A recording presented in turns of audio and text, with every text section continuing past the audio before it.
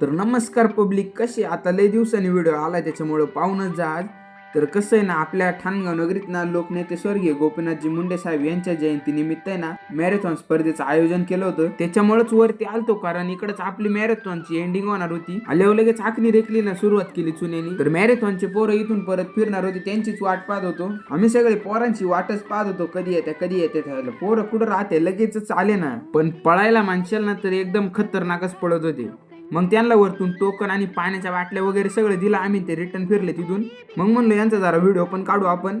पळणं काय सोपं नव्हतं, पण पोरांनी सोपंच करून दाखवलं. मॅरेथॉन फक्त पोरांची नव्हती, पोरींची होती. आणि त्या पोरींमध्ये ना आपल्या ठाणगाव नगरीची कन्या सगळ्यात पुढे होती पळायला. नुसतं पळायलाच नाही, 1 नंबरचं बक्षीस घ्यायला सुद्धा ती पुढेच होती. तसेच आपले पोरं पण आले लगेच वरतून. 1, 2 आणि 3 थोडा वेळ थांबल्यानंतरच लगेच बक्षीस वाटप सुरू झाली. आणि बक्षीस वाटप झाल्यानंतर कार्यक्रम संपला असं जाहीर झालं. तर तो कार्यक्रम तर संपला, पण तुमचा कार्यक्रम तुम्ही